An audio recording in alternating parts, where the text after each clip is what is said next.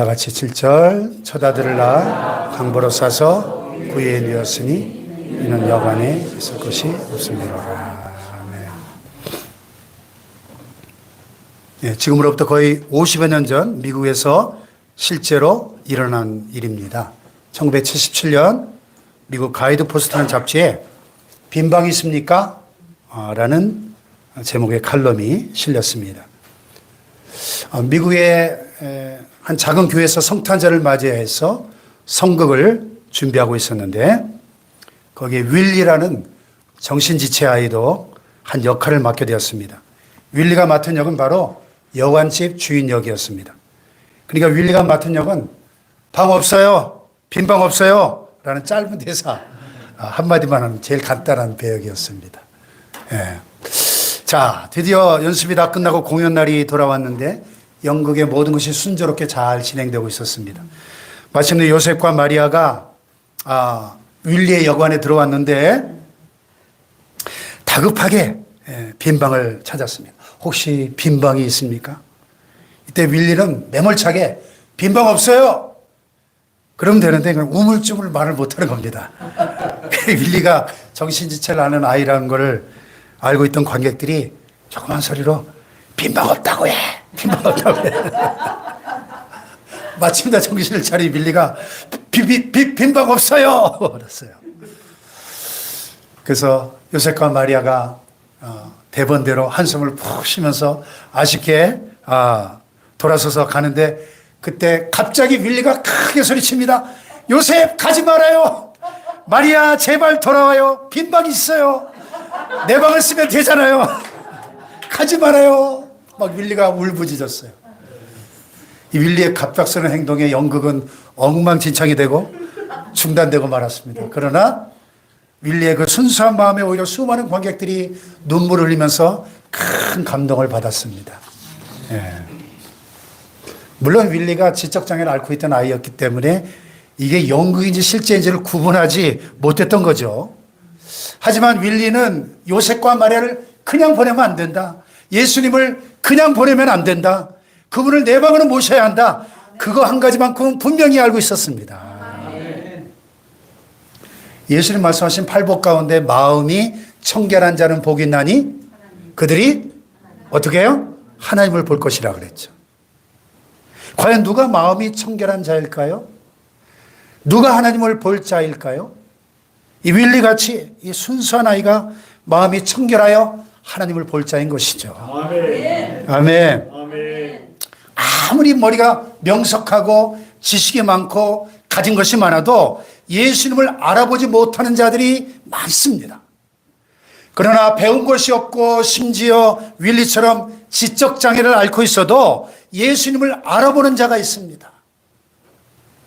만약 예수님을 내 마음의 방에 모시지 못한다면 인생의 결말에는 텅 빈 인생이 되고 말 것입니다. 아멘. 그러나 지식은 모자라고 가진 것은 별로 없어도 가장 보배로우신 주님, 가장 존귀하신 주님을 마음에 모시고 산다면 우리 주님이 보실 땐 그 자가 가장 보배롭고 가장 존귀한 자인 줄 믿습니다. 아멘. 가장 복된 자인 것입니다. 아멘. 사랑하는 여러분, 지금 여러분의 마음의 방에 주님보다 중요한 것이 도대체 무엇이길래 무엇이 그렇게 바빠서 하루 중 단 10분도 우리 주님을 바라보지 못하고 주님께 주목하지 못하고 있는 걸까요? 이 아침 이 윌리의 애절한 외침이 우리의 외침이요 우리의 고백이 될 수 있기를 축복합니다. 아멘. 주님 제발 돌아오세요. 아멘. 가지 말고 제 안에 머물러 주세요. 아멘. 제 방을 쓰시면 되잖아요. 아멘. 이렇게 고백할 수 있기를 바랍니다. 여러분. 아멘. 지금 우리가 대림절 셋째 주일을 보내고 있는데요, 우리가 지난 시간에 이어서 이 아침에도 예수님의 탄생의 이야기를 함께 살펴보면서 그 배후에 감춰진 깊은 영적 의미를 나누며 은혜를 받고자 합니다. 자, 예수님이 탄생하신 지역이 어디였죠? 유대 땅 베들레헴. 지도에 보시는 것처럼요, 유대 지방인 한 작은 마을이었습니다. 우리식으로 쉽게 말하자면 총구석. 예. 지금도 성지순례 가보면 베들레헴은 아주 작은 도시입니다. 그 예수님은 하나님의 아들이시니까 원하시면 아무 곳이나 선택하실 수 있으셨을 텐데 왜 하필 그 총구석 베들레헴에 태어나셨을까? 그것은 한마디로 구약성경 미가 선지자의 예언을 성취하시기 위한 거였죠. 미가서 5장 2절에 보면 같이 한번 읽어볼까요? 시작.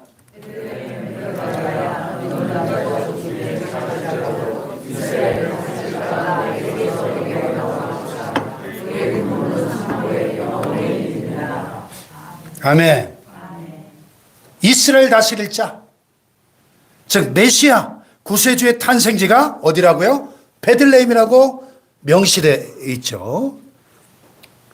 그런데 이 예언이 빗나가면 성경이 하나님의 말씀이라는 사실도 부정되는 것이고 예수님께서 하나님의 아들 구세주라는 그 사실도 부인될 수밖에 없는 것이죠. 그래서 하나님은 당시에 로마 황제이자 위대한 통치자였던 가이사 아구스토, 로마의 초대 황제죠. 옥타비아누스죠. BC 31년부터 AD 14년까지 통치했던 위대한 로마의 황제였습니다. 이 가이사 아구스토의 마음을 움직여서 호정령을 내리게 하셨죠. 마리아의 약혼자 요셉도 마리아와 함께 고향인 베들레헴으로 호적하러 가게 된 겁니다. 마침 그때 마리아에게는 성령으로 잉태되신 하나님의 아들이 만삭된 상태였고 베들레헴에 머무는 동안 그곳에서 해산하게 된 겁니다. 근데 베들레헴 중에서도 해산할 데가 없어서 마국간에서 해산하게 되죠. 그때 상황을 본문 6, 7절은 이렇게 기록하고 있습니다. 다 같이 시작. 거기 있을 그때 해산할 날이 차서 첫 아들을 낳아 강보로 싸서 구유에 뉘었으니 이는 여관에 있을 곳이 없음이로라. 아멘. 이 구절만 놓고 보면 아기 예수님이 밀려서 하는 수 없이 마국간으로 갔고 구유에 누울 수밖에 없었구나 이렇게 생각할 수 있습니다. 그런데 성경 전체의 맥락을 놓고 보면 좀 다릅니다. 이 표현 자체는 수동적으로 되어 있지만 사실은 능동적입니다. 예수님의 생애를 보면 탄생에서 십자가 고난까지 쭉 살펴보면 예수님은 매 순간 능동적으로 움직이셨습니다. 하나님 아버지의 뜻대로 행동하셨어요. 상황에 따라 하는 수 없이 주어지는 대로 이리저리 밀려다니신 것이 아니었습니다. 아까 제가 예배 부름 시간에 낭송했던 빌립보서 2장 5절 이하의 말씀에 보면 사도 바울이 성령의 감동으로 예수님의 마음을 품으라고 외치면서 이렇게 기록했죠. 그는 근본 하나님의 본체시나 하나님과 동등됨을 취할 것으로 여기지 아니하시고 오히려 자기를 비워 종의 형체를 가지사 사람들과 같이 되셨고 사람의 모양으로 나타나사 자기를 낮추시고 죽기까지 복종하셨으니 그 십자가에 죽으심이라. 아멘. 그러니까 예수님은 근본 하나님의 본체, 하나님 자신이셨습니다. 하지만 오히려 자기를 비우셨다는 거예요. 그리고 종의 형체를 가지셨다는 것입니다. 사람들과 똑같이 되셨습니다. 사람의 모양으로 나타나셨습니다. 자기를 낮추시고 죽기까지 복종하셨으니 그 십자가에 죽으신 겁니다. 아멘. 할렐루야. 아멘. 그러니까 우리가 성탄의 계절이 돌아오면 흔히 하는 말이 우리 예수님은 방 한 칸이 없어서 마국간에서 태어나셨습니다. 이렇게 말하지만 사실 더 정확히 말하자면 예수님께서 의도적으로 선택하신 거예요. 예. 십자가 지시기 전날 체포되실 때도 그랬죠. 표현을 보면 수동적으로 되어 있지만 내용적으로 보면 능동적입니다. 가룟유다가 군사들을 가이드해 가지고 잡으러 올 줄 뻔히 아시면서도 익숙한 장소인 겟세마네 동산으로 기도하러 가십니다. 체포대가 찾아오니까 그들 담대하게 맞이하시죠. 너희가 누굴 찾느냐? 묻자. 나사렛 예수. 그러니까 내가 그니라. 그랬더니 어떻게 되죠? 예수께서 그들에게 내가 그니라 하실 때에 그들이 물러가서 땅에 엎드러지니라. 왜 그랬을까요? 내가 그니라 한마디 했을 뿐인데 그 하나님의 아들의 그 권위를 느끼고 그냥 다 꼬꾸라진 거예요. 그 자리에. 이때 성질 급한 베드로가 엉겁결에 칼을 빼가지고 뭐 군사 중에 하나의 귀를 그냥 베버리죠. 예수님이 제지시키면서 하신 말씀이 참 인상적이에요. 너는 내가 내 아버지께 구하여 지금 12군단도 더 되는 천사를 보내시게 할 수 없는 줄로 아느냐? 내가 만약 그렇게 한다면 이런 일이 있으리라 한 성경이 어떻게 이루어지겠느냐? 그랬어요. 하나님의 아들의 권세를 가지고 지금 당장 천군 천사를 동원해 가지고 이 체포대를 그냥 박살을 내는 건 시군적 먹기라는 거죠. 하지만 참고 견뎌야 하는 이유는 성경 말씀의 예언을 성취하시기 위한 것이다. 것입니다. 아멘. 그리고 체포대에게 제자들을 안전하게 보내달라고 요구하신 다음 순순히 잡혀가시지 않습니까? 마침내 십자가에 못 박혀 운명하실 때 마지막 장면 어떻게 되죠? 예수께서 심포도제를 받으신 후에 이르시되 다 이루었다 하시고 머리를 숙이니 영원히 떠나가시니라 그랬어요. 다 이루었다. 제가 지난번에 헬라 원문을 소개해 드렸죠. 테텔레스타이라는 한 단어로 된 단어인데 완성 혹은 완불의 의미라 그랬습니다. 모든 인간의 죄의 빚을 갚았다. 죄의 값을 다 지불하셨다. 그런 뜻입니다. 아멘. 그리고 영원히 떠나가시니라. 이 표현을 보면은 파레도켄이라는 헬라어인데 자신의 목숨을 내어주셨다. 그런 뜻입니다. 그래서 영어 성경에는 gave up his spirit 이렇게 번역을 했어요. 수동태가 아니라 능동태로 표현이 됐습니다. 수동적으로 죽임을 당하신 것 같은데 실상은 능동적으로 자발적으로 인류 구원을 위해서 의도적으로 목숨을 내어주셨다는 거예요. 아멘. 다시 말하면 목숨을 빼앗기신 것이 아니라 마가복음 10장 45절 말씀대로 자기 목숨을 스스로 많은 사람의 대성물로 내어주신 겁니다. 아멘. 예수님의 탄생 과정도 마찬가지예요. 이 탄생도 겉으로 보면 수동적으로 되어진 것 같지만 실상은 하나님의 뜻대로 성취하시기 위해서 하나하나 능동적으로 움직이신 겁니다. 그러니까 마구간으로 밀려난 게 아니라 스스로 가신 거예요. 구유에 수동적으로 눕혀진 것이 아니라 스스로 선택해서 누우신 겁니다. 그럼 여러분 생각해 보세요. 어째서 존귀하신 하나님의 아들이 굳이 그런 곳에서 탄생하셨을까? 왜 하필 구유에 누우셨나? 거기에는 그럴 만한 이유가 있는 것이죠. 그것은 한마디로 하나님의 아들 구세주라고 하는 신분 확인을 위한 표적이었습니다. 누가복음 2장 보면 예수님 탄생하시던 그날 밤에 목자들이 천사들로부터 들은 말씀이 뭐예요? 같이 한번 읽어볼까요? 천사가 시작. 천사가 이르되 무서워하지 말라. 보라 내가 온 백성에 미칠 큰 기쁨에 좋은 소식을 너에게 전하노라. 오늘 다윗의 동네에 너희를 위하여 구주가 나셨으니 곧 그리스도 주시니라. 너희가 가서 강보에 쌓여 구유에 누워 있는 아기를 보리니 이것이 너에게 표적이니라. 강보에 쌓여 구유에 누워 있는 아기. 그런 신기한 아기가 있나? 하고 목자들이 찾아가 보니까 정말 있는 겁니다.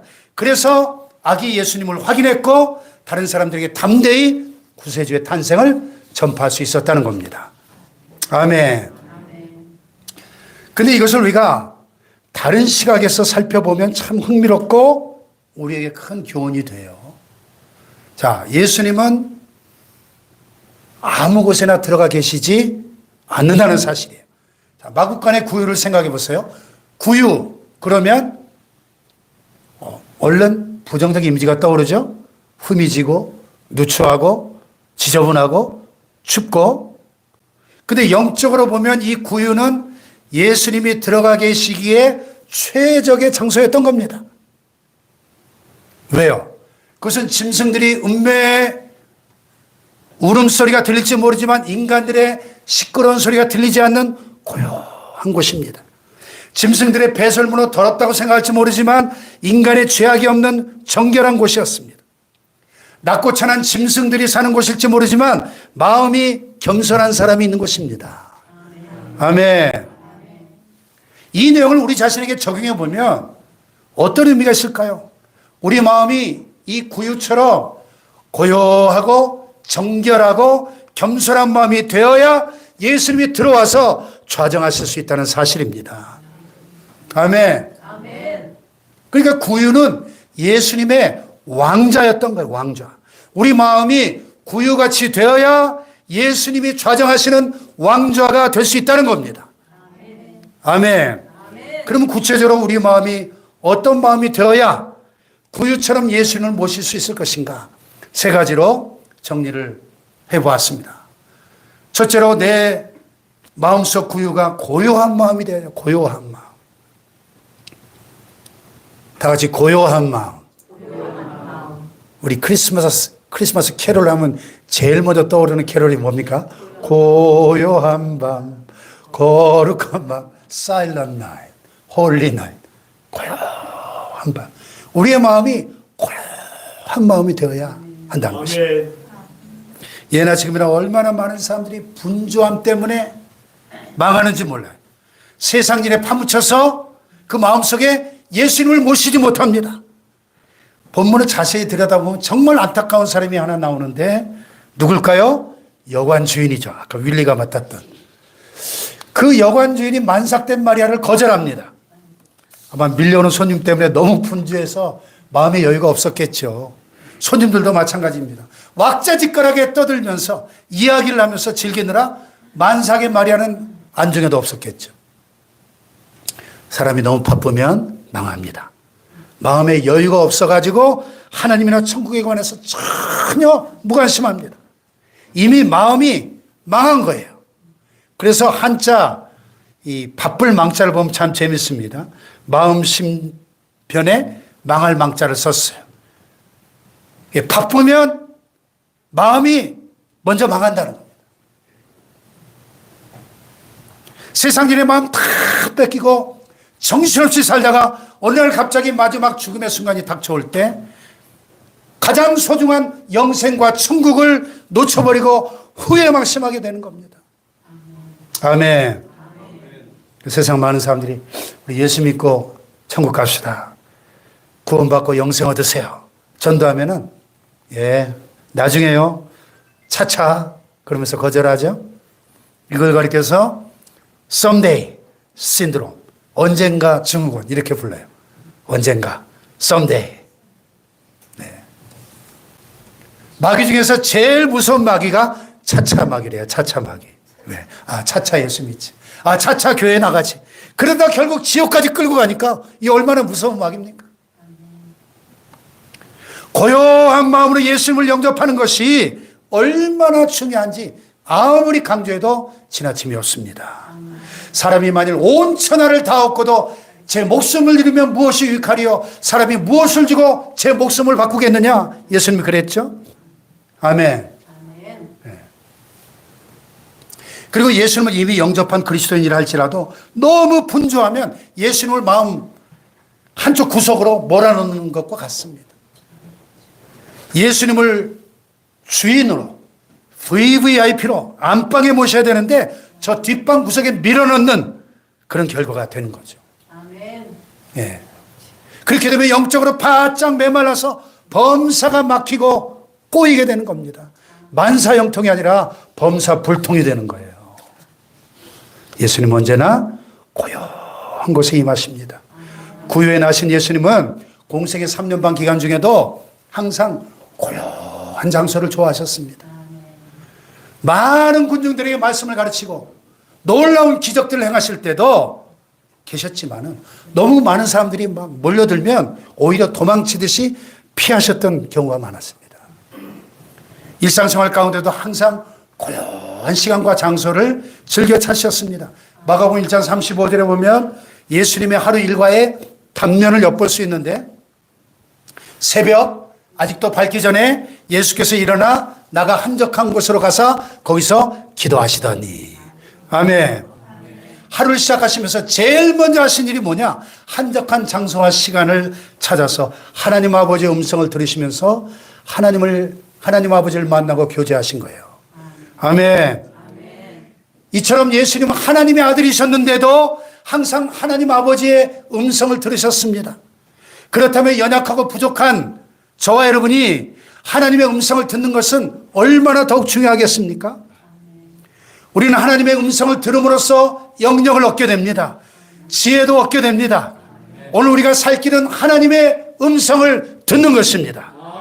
그것은 우리에게 생명의 소리요, 축복의 소리요, 소망의 소리인 것입니다. 할렐루야. 세상에는 정말 많은 소리가 있죠. 이런 소리 저런 소리. 요즘 막 시국이 어지러우니까 얼마나 많은 소리들이 막 여기저기서 들려오는지 모르겠습니다. 가짜 뉴스도 많고 괴담도 많고 여러분 분별할 수 있기를 바라요. 영혼을 살리는 생명의 소리가 잘 들리지 않습니다. 눈을 들어 하늘 보라 어두워진 세상 중에 외치는 자 많건 많은 생명수는 말랐어라. 죄를 대속하신 주님 선한 일꾼 찾으시나 대답하리 어디 있나 믿는 자여 어이할꼬. 아멘. 온갖 소음과 영혼을 죽이고 황폐케 만드는 소리만 들려오고 있습니다. 그러나 생명의 소리는 언제나 고요한 가운데 들려오는 겁니다. 할렐루야. 예수님 언제나 생명의 소리, 영적인 소리, 영음을 들려주십니다. 근데 우리가 세상의 소리 때문에 듣지 못하는 거예요. 그러므로 세상의 소리를 피하여 고요한 중에 주님의 음성을 기다리는 시간이 반드시 필요한 겁니다. 그때 우리 영혼이 하나님을 만나 생명을 얻고 새 힘을 얻는 거예요. 그래서 구약에 보면 엘리야도 영적으로 탈진되었을 때 호렙산 동굴에서 한적한 곳에서 하나님의 세미한 음성을 듣습니다. 모세도 광야 호렙산 가시떨기 불꽃 가운데 찾아오신 하나님을 고요한 마음으로 만나서 사명을 발견하게 됩니다. 그것이 그의 인생을 변화시킵니다. 그에게 영적인 힘을 공급해 주는 것입니다. 할렐루야. 아멘. 저와 여러분도 이 성탄의 계절에 고요한 마음을 준비하시기를 축복합니다. 아멘. 그래서 예수님 모시고 하나님의 음성 듣고 새 힘 얻어 승리하시기를 축원합니다. 아멘. 두 번째로 내 마음속 구유는 정결한 마음이 돼야 돼요. 정결한 마음. 다 같이 정결한 마음. 정결한 마음. 왜 예수님이 마구간을 찾으셨을까요?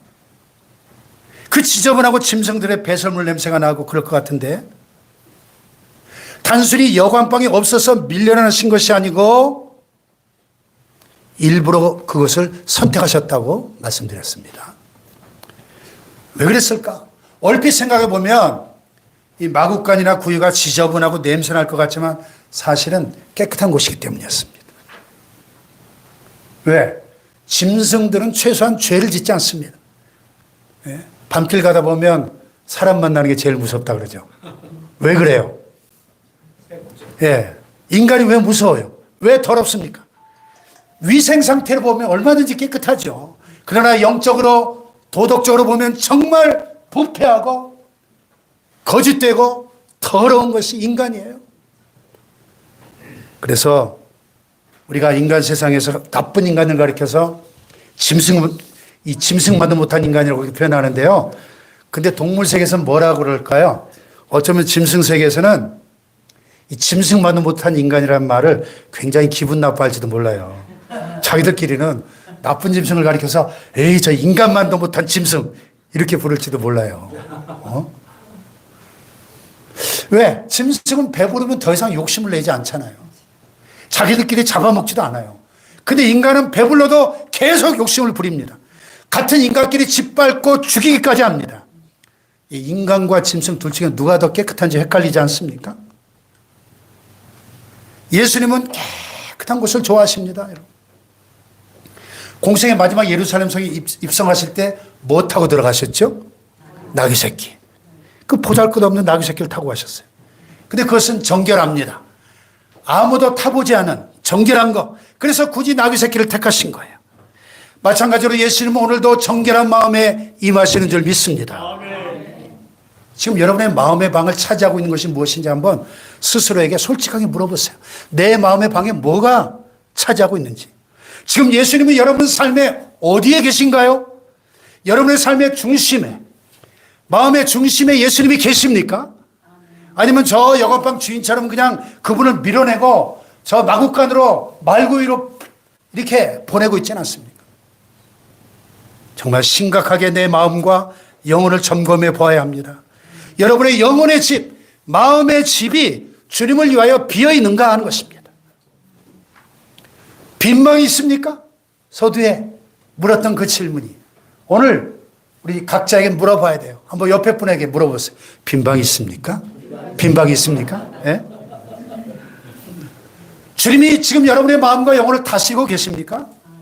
주님이 우리 마음에 오시려면 우리의 마음을 먼저 비우고 정결하게 해야 돼요. 정결하게. 아멘.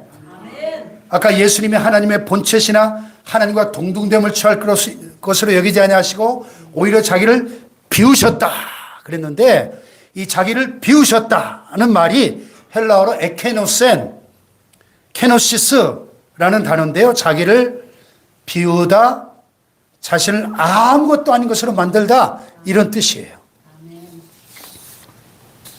예수님은 우리와 똑같은 인간이 되시기 위해서 하늘의 보좌와 영광을 버리시고 비우셔야만 이 땅에 오실 수가 있었던 겁니다. 아멘. 아멘. 마찬가지로 우리가 주님을 모시기 위해서는 우리도 비움이 있어야 돼요. 아멘. 비움. 내 영혼과 마음을 가득 채웠던 것들, 주님을 살아가지 못하게 만드는 그 모든 것들을 다 비워버려야 되는 겁니다. 아멘. 그래야만 그분이 내 마음의 방에 오실 수 있습니다. 그래야만 그분이 나를 통치하실 수 있는 겁니다. 내 마음의 방을 비워버리지 않으면 온갖 잡동사니로 가득 차서 주님이 도저히 들어오실 수 없는 그런 곳이 되어버리고 만다는 겁니다. 그런 마음의 방의 중심에는 어느덧 주님을 대체하는 가증한 우상이 가득 들어차게 된 것입니다. 젊은 부부 집사님의 참 귀한 간증을 소개합니다. 남편 집사님이 세상의 방법, 부정한 관행으로 돈을 많이 벌었습니다. 그러다가 세무조사를 받게 되고 회사가 어려움에 처하면서 회사의 부채를 개인이 떠안게 되고 회사도 문을 닫게 되었습니다. 그래서 이분도 함께 수억 원의 빚을 떠안게 되고 재정적으로 큰 어려움에 처하게 됩니다. 그때 이분이 믿음으로 사는 분들에게 신우회 같은 그런 모임에서 한 장로님의 말씀을 듣고 큰 도전을 받게 됩니다. 하나님의 사람은 반반은 없다. 이게 무슨 말이죠? 하나님의 사람은 반반은 없다. 두 마음을 품을 수 없다는 거죠. 두 마음을. 주님을 위해 빈방을 마련한 자인지 그렇지 않은 자인지, 주님에 의해서 통치를 받는 삶인지 세상 방법에 의해 살아가는 자인지 분명하게 구별을 지어야 한다는 도전을 받는 거예요. 그래서 이걸 하나님 말씀으로 믿고 이렇게 결단을 합니다. 하나님, 이제부터는 제가 세상의 방법 따르지 않겠습니다. 내 방법, 세상의 방법이 아니라 하나님의 방법만을 따르겠습니다. 다시 말해서 방청소를 한 거예요. 방청소. 주님을 위한 빈방을 마련하고 그분을 온전히 모셔드리기로 한 겁니다. 그 이후로 흔들리지 않았을까요? 예, 그 결단 이후에도 계속 유혹이 오더랍니다. 세상 방법으로 쉽게 돈 벌 수 있다. 쉽게 탕감할 수 있는 방법이 있다. 예. 여러분, 방 청소하고 나면 들어오겠다는 불청객들이 더 많이 찾아옵니다. 더 자주 문을 두드립니다. 그때마다 이분이 이렇게 다짐했대요. 하나님, 100% 하나님의 방법대로 따르겠습니다. 주님이 아닌 방법들, 우상들을 다 문전박대한 거예요. 감사하게도 하나님이 은혜를 주셔서 몇 년 동안 그 빚을 다 갚을 수 있었다고 합니다. 할렐루야. 근데 이게 끝이 아니에요. 아내 집사님의 고백이 있습니다. 돈이 없어가지고 간장 한 병 사서 애들 먹여야 할 때는 간절히 주님을 찾다가 이제 손에 돈이 좀 들어오니까 어느 날 내 자신이 하나님을 바라보는 믿음의 사람이 더 이상 아니더라는 거예요. 근데 감상은 자신이 그걸 알아차렸다는 겁니다. 여러분, 알아차리는 것이 은혜입니다. 깨닫는 것이 은혜입니다. 각성되는 것이 은혜예요. 그게 성령의 역사입니다. 야, 내 마음의 방에 불청객이 찾아왔구나. 불청객, 손님이 되어야 할 돈이 주인이 되어버렸구나. 어느덧 예수님은 다시 내 마음의 방에 저 마국간으로 저 구유에 계시더라는 거예요. 그 안에 집사님 그 사실을 알아차리고 하나님의 앞 엎드려서 기도했답니다. 하나님, 저 하나님을 너무나 사랑하는데 제가 돈이 좀 생겼다고 하나님과의 친밀함을 제가 놓쳐버렸습니다. 제가 기도 없이 살고 있네요. 하나님, 저 이제 무서워요. 제 손에 돈이 있다는 게 무서워요. 하나님, 괜찮으니까 다시 가난해지더라도 다시 돌아가도 상관없으니 저희 하나님과의 친밀함을 빼앗기지 않게 해주세요. 근데 이 주님께서 그런 감동을 주시더래요. 네가 없었을 때 그렇게 절박하게 구했던 것처럼 있을 때에도 쓸 것을 위해서 절박하게 나에게 구하라. 그래서 지금은 늘 절박한 심정으로 주님께 구할 것을 구하는 그 마음으로 살고 계시다는 간증이에요. 할렐루야. 내 마음의 방에 정말 주님이 거주하시는지, 주님을 왕으로 모신 자로 내가 변화되고 있는지 한번 질문해 봐야 됩니다. 그렇습니다. 우리의 마음 꼭 집이나 방과 같아서 가만히 있으면 어느덧 잡동사니들로 가득 차버립니다. 그러므로 우리는 날마다 집을 청소해야 됩니다. 주님을 위한 방을, 공간을 마련해야 됩니다. 그게 바로 회개죠, 회개. 자, 옆에 분을 바라보며 방 청소 깨끗이 합시다. 방 청소 깨끗이 합시다. 예? 그래서 주님이 나의 생각과 감정과 의지를 다스릴 수 있도록 정결한 마음, 이 대림절에 정결한 마음을 준비함으로 우리 주님을 더 풍성히 만나는 은혜가 임하기를 축복합니다. 마지막으로 내 마음속 구유는 겸손한 마음이 되어야 돼요. 겸손한 마음. 다 같이 겸손한 마음. 겸손한 마음. 구유는 가장 낮은 자리죠. 얼마나 더 낮아질 수 있겠습니까? 근데 아이러니하게도 그것은 하나님의 아들이시며 만왕의 왕이신 예수님이 세상에 오셔서 처음으로 좌정하셨던 자리입니다. 구유는 예수님의 왕자였던 셈입니다. 오늘 우리의 마음에도 겸손한 구유와 같은 자리가 있기를 축복합니다. 그럴 때 예수님이 우리 마음을 왕자로 삼으시고 좌정하시는 겁니다. 할렐루야. 이스라엘 성지순례에 가보니까 마지막 날 코스 중에 베들레헴에 있는 예수 탄생 기념교회가 있어요. The Church of Nativity. 예수 탄생 기념교회. 거기에 보면 출입문이 아주 특이한데 겸손의 문이라고 불리우는, 사진에 보시는 저렇게 문이 너무나 작은 문이 있어요. 출입문. 옛날 십자군 전쟁 당시에 군인들이 말을 타고 막 함부로 들어오는 걸 막기 위해서 출입문을 저렇게 작게 만들었다고 전해집니다. 1.2m 정도밖에 안 되는 작은 문이기 때문에 키 작은 아이도 꼿꼿하게 서서 지나갈 수가 없어요. 세상의 왕이나 지체 높은 귀족이라도 다 말에서 내려서 고개를 숙이고 들어가야 됩니다. 왜? 주님을 만나려면 다 겸손히 낮아져서 고개를 숙이고 겸손해져야 만날 수 있다 하는 교훈이죠. 네. 아멘. 그렇습니다. 네. 신앙의 기본은 겸손이에요. 반대로 교만은 패망의 지름길입니다. 교만한 사람과 하나님이 절대로 함께 하시지 않습니다. 무릇 마음이 교만한 자를 여호와께서 미워하신다 그랬어요. 교만은 패망의 선봉이요 거만한 마음은 넘어짐의 앞잡이다 그랬어요. 여러분, 그러니까 개인이나 어떤 집단이나 국가나 교만할 때, 교만하면 망하는 거예요. 교만한 사람을 보십니까? 끝날 날이 멀지 않았구나 생각하시면 됩니다. 틀림없습니다. 교만한 마음에 주님이 임하시지 않아요. 심지어 그런 마음은 주님이 미워하십니다. 다른 성에 보면 하나님이 대적하신다 그랬어요. 교만한 자를 대적하신다. 여러분, 하나님이 대적하는 인생이 뭐가 되는 일이 있겠습니까? 여러분.